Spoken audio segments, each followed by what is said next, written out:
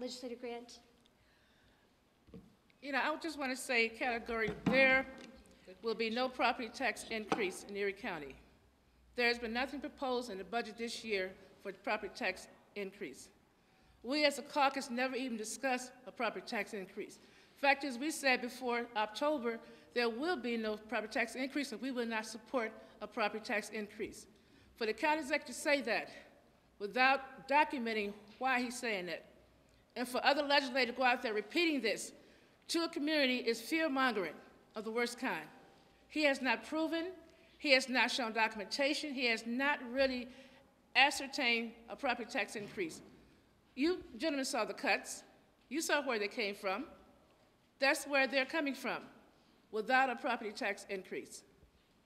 Legislator Marinelli. Just quickly, because again, enough was said in the committee meeting, and I would like to give credit to Legislator Miller-Williams, who chairs the Finance and Management Committee, and my colleagues on the Democratic side. I think it was a wise move to keep this committee in recess until 11 o'clock tomorrow, because we stand by our work. We stand by the cuts and the restorations on behalf of the community we're elected to serve. If the executive believes, as he has been out there buying radio ads and robocalls and other venues to say we're wrong, why is he afraid of democracy? Come and say so. Come and say it publicly. Come and say it with a good debate, dialogue, and decision making. And again, for the record, I know this will have aged out by the time we're here.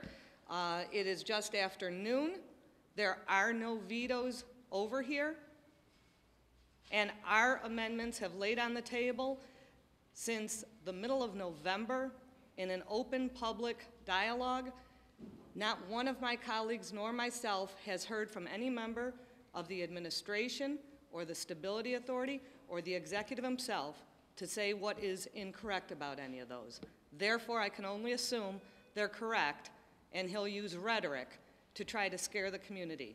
There is no property tax increase with what the Democratic proposed amendments are to the Erie County budget for 2011. Thank you. Yeah, I just want to say, I think it's a shame that the county executive is using robocalls to stir up the community, to stir up this fear. People are calling my office and they go, I don't know why I'm calling, but I got this call saying I have to call my legislator. We spend an inordinate amount of time answering these calls, and after, it's amazing, after about 15 seconds of dialogue, people are saying, oh, now I get it. We don't even get 15 seconds of dialogue from the county executive, for crying out loud. This is propaganda, and it's no way to govern. It's a shame. Chris Collins was not elected to destroy this community. We have a process, and if you don't like it and you want a new process, then maybe we could talk about this. But he is disrespecting the legislature. We have a role to play in this. We have a process. We had budget hearings. We took this show on the road. We took it to Amherst. We took it to the east side of Buffalo at the Frank Merriweather Library. We had a rally at Lafayette Square. We heard from over 500 constituents, and to almost a person, they said, restore the funding to the libraries. They said, our culturals are very important.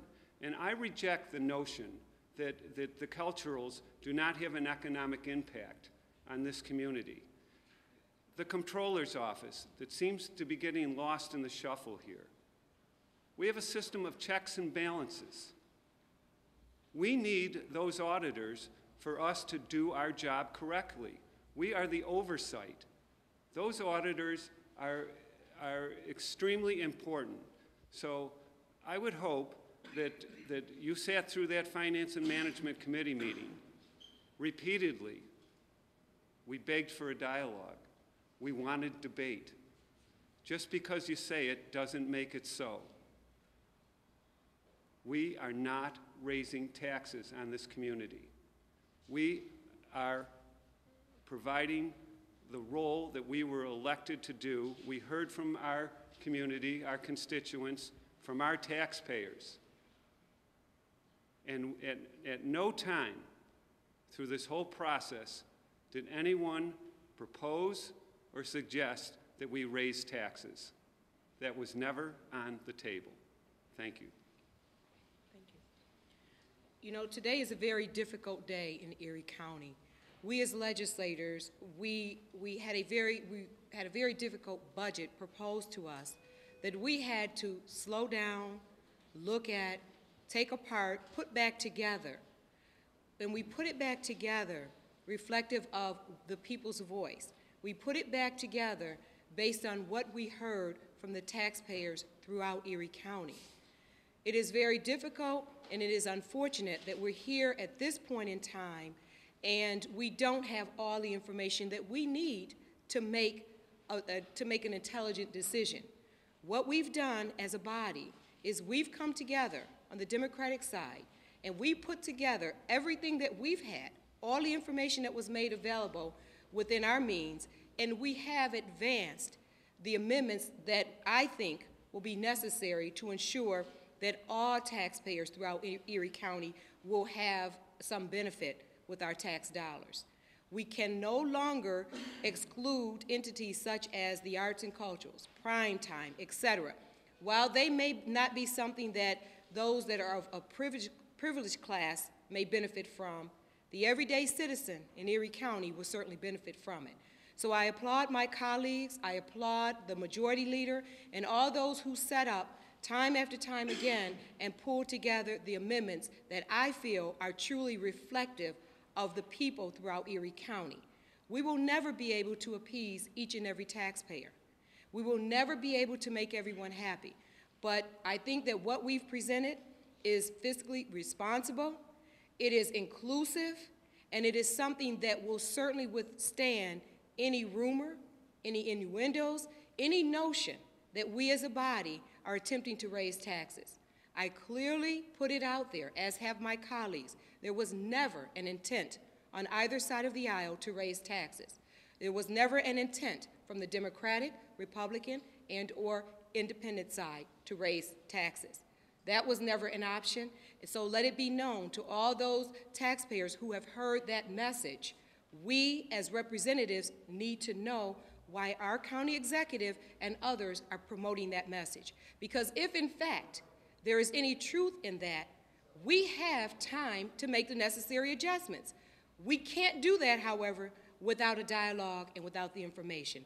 So I just simply reach out to the county executive and to his representatives, and I say to them, please share the information with us. Give us an opportunity. If there's even any slight possibility of a tax increase, give us the opportunity to work with you to ensure that that does not happen. Thank you very much. I'm not the one you want to listen to today.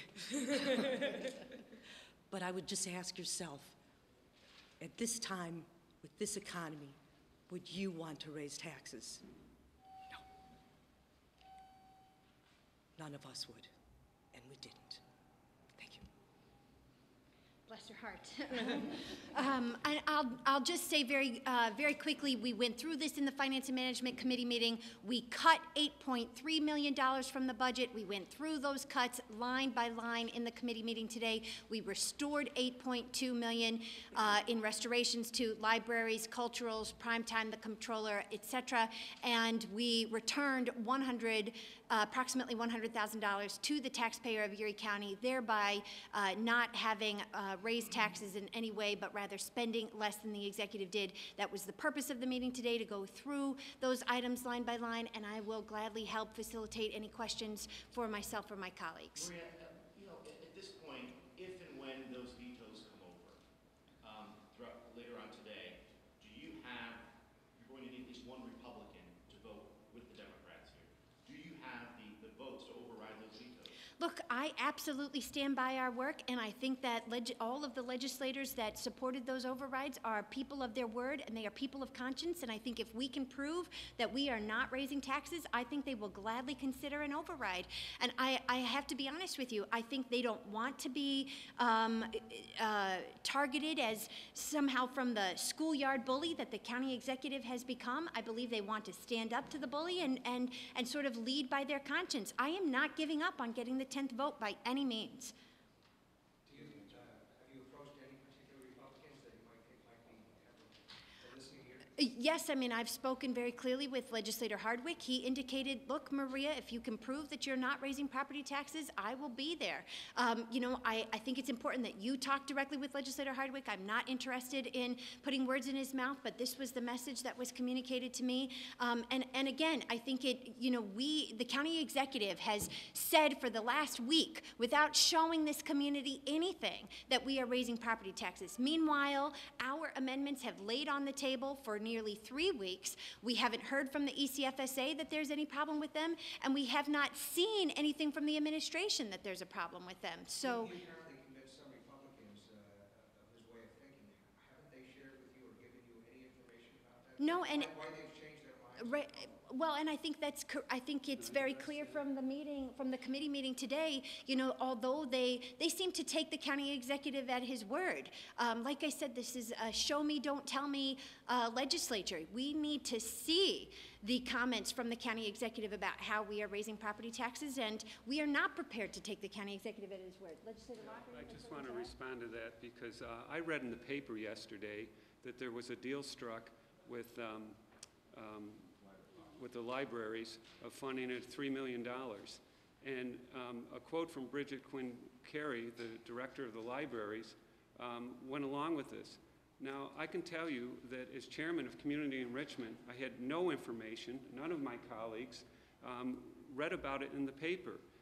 And I find it interesting that in budget hearings, that Bridget Quinn Carey and Ken Stone and Sharon Thomas all agreed that $4 million stabilizes the library system. So they would unilaterally agree to less than stabilizing the library system. You know, it strikes of partisanship, and I would like to know why, you know, that if there was a new plan, the legislature was never informed. And if I may, in reference to the question that was just posed by the reporter, I would encourage you to perhaps direct that particular question specifically to the Republican legislators. They would be able to provide more information on that, because we all need to hear their rationale. And as indicated in the committee meeting that was held today, even when one of the legislators point blank put the question out there, unfortunately, we've not received a response. So perhaps if that's something through the media, we can get that information, it would certainly be appreciated.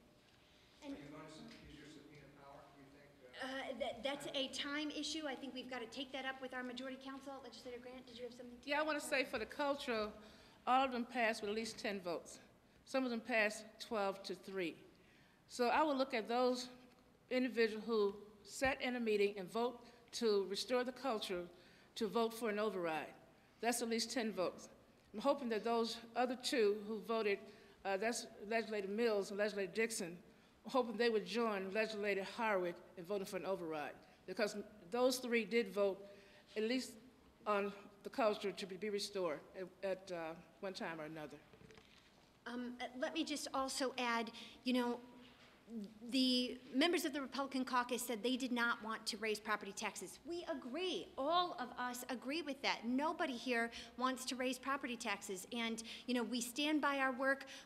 You know, those legislators, I don't believe they want to be characterized as flip-floppers. If we have proven that, in fact, we are not raising property taxes, I ask them to consider standing by their vote, and I think that they are willing to consider that because I think they are people of conscience.